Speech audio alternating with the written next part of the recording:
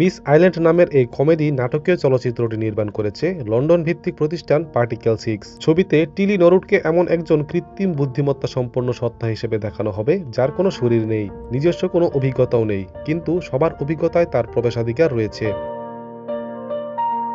গল্পে দেখা যাবে একটি বিপথগামী বট টিলিকে তার সীমাবদ্ধতা ভেঙে নিজস্ব উচ্চাকাঙ্ক্ষা তৈরি করতে উৎসাহিত করে।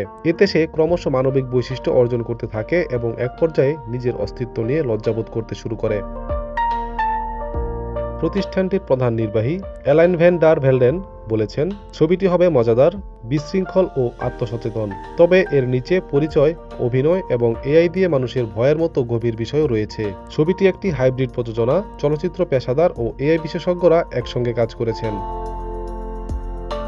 টিলি নরউড তৈরি হয়েছে 6 মাস ধরে 2000-এরও বেশি পরীক্ষা নিরীক্ষার মাধ্যমে। তার প্রাথমিক চেহারা তৈরি হয়েছিল ওপেন এআই এর চ্যাটজিপিটি ব্যবহার করে।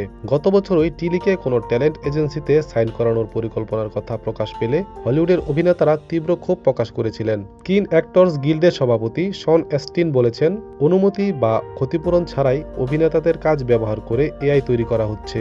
এটি পুরনো কিছু থেকে নতুন কিছু তৈরি করার ভান মাত্র।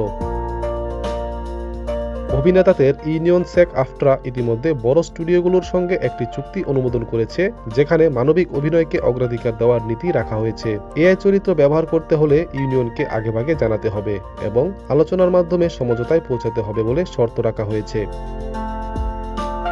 এআই বিনোদন জগতের জন্য কতটা হুমকি, এই প্রশ্ন এখনো অমীমাংসিত। তবে টিলি নরউডের প্রথম চলচ্চিত্রে অভিনয়ের ঘোষণা সেই বিতর্ককে নতুন মাত্রা দিয়েছে। ATV USA entertainment desk.